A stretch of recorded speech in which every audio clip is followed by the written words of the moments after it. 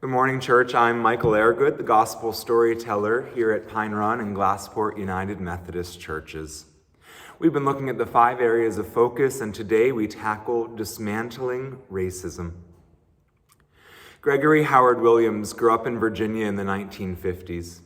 He was taught to be proud of his Italian heritage, but as a teenager, Gregory's life fell apart. His family's business went under, his parents divorced, and he was forced to go and live with his father's family in Indiana. When they arrived in Indiana, Gregory soon found out for the first time in his life that his father was not Italian.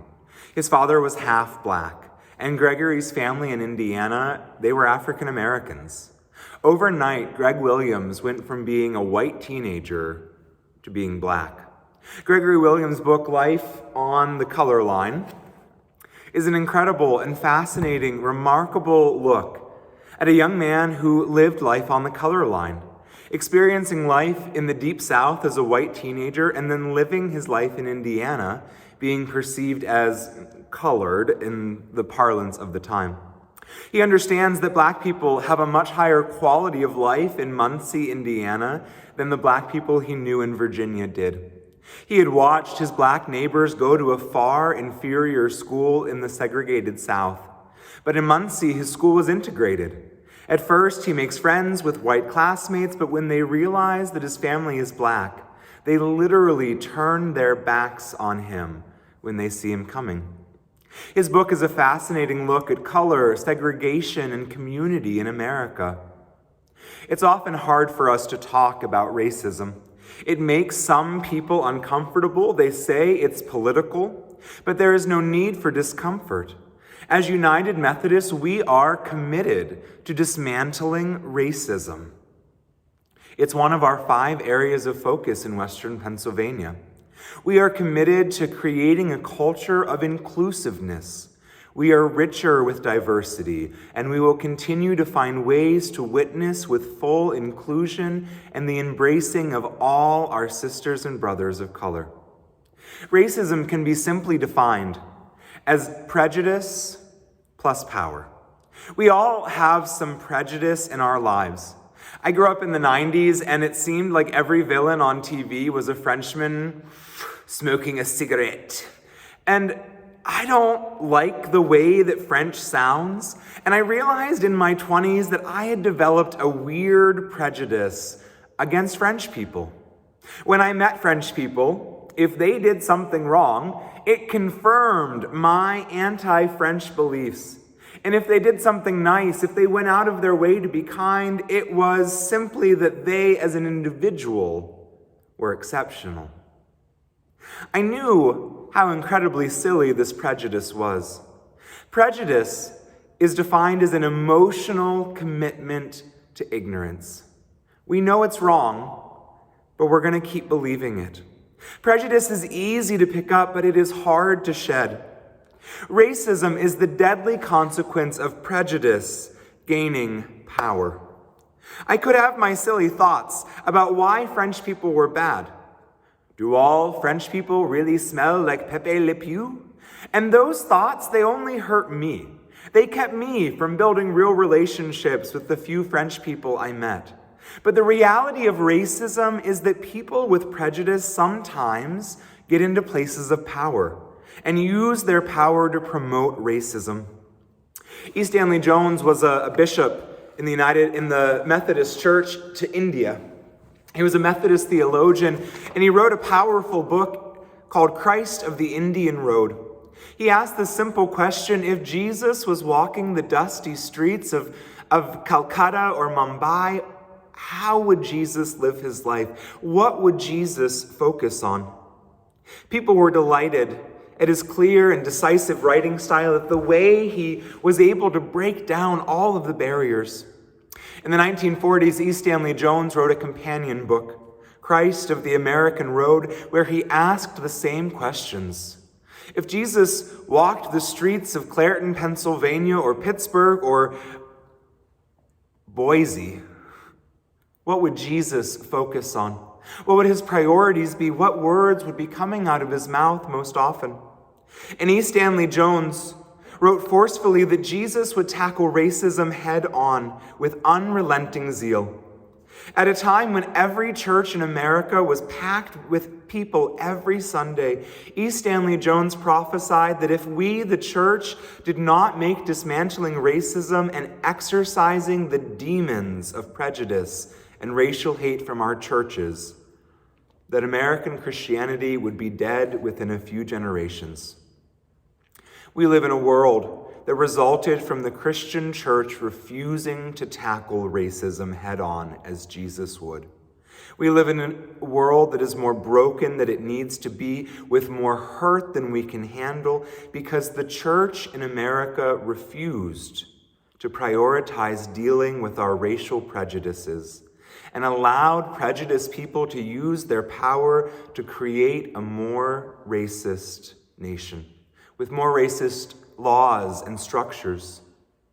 The call to dismantle racism is twofold.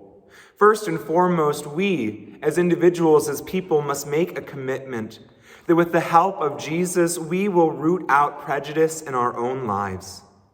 You might not say the N-word, and you might think that makes you not racist.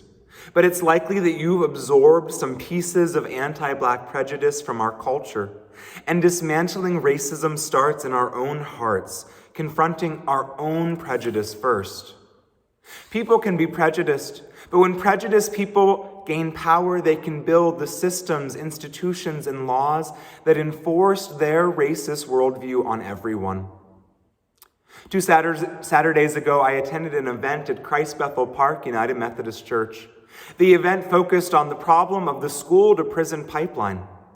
We have a deadly system where too many Black children are ending up in court and prison systems for minor offenses at school.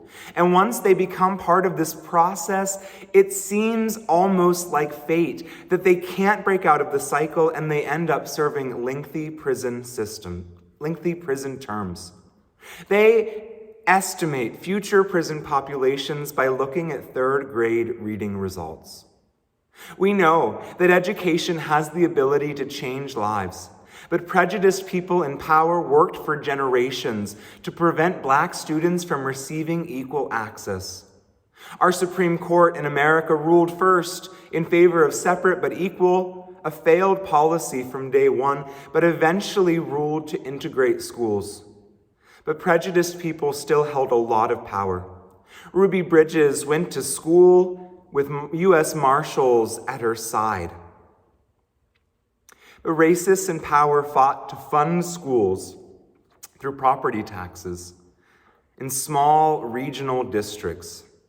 This is the system we live with today, and it feels like the only system that could be. But we see the impact of this. This church sits in a perfect example of the segregation dynamic at play. Kids in Clairton School have the best teachers, the most loving support staff, and now a fully renovated building, but they don't have the same access to education as their peers at the other school in the 15025 zip code. They don't have access to art and music, science labs, libraries in the same ways that their peers in the TJ school district do. This hasn't stopped our Clairton students from rising above that and excelling, but we face a structure designed by racists to enforce their racism, to make sure that people in poverty stay in poverty and people with wealth retain their wealth. We feel powerless to change it. We know that this structure has effectively segregated students by race again. Dismantling racism means not only confronting racism within yourself, but dismantling and tearing down the structures, institutions, and laws created by racists in the past to enforce their racism.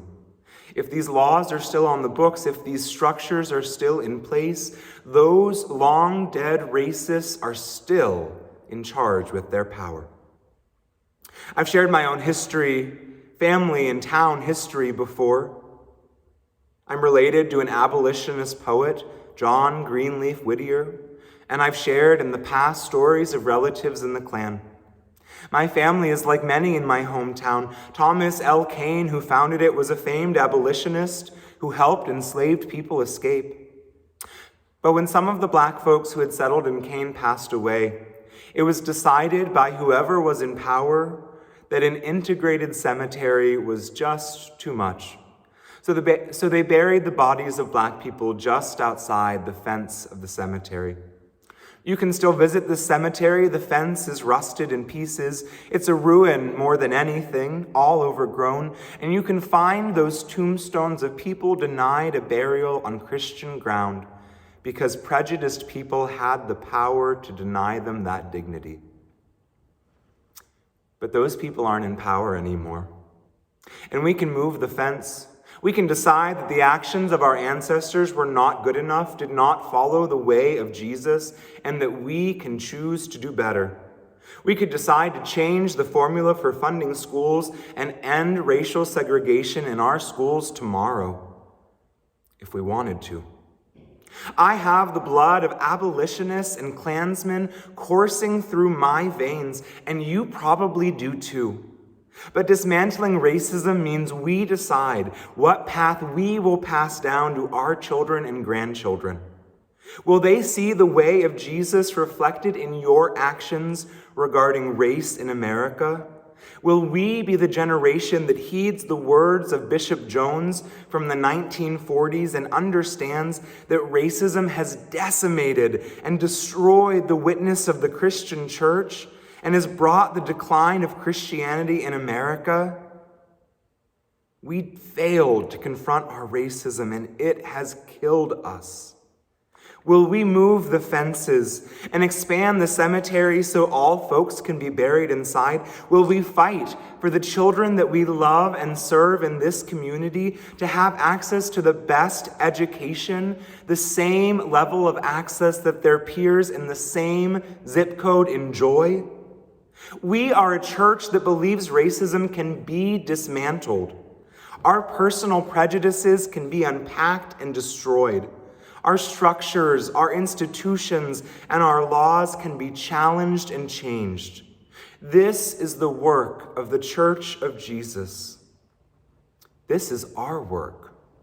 May it be so. May we take courage and heart. May we do the work that Christ is calling us to do to dismantle racism. Amen.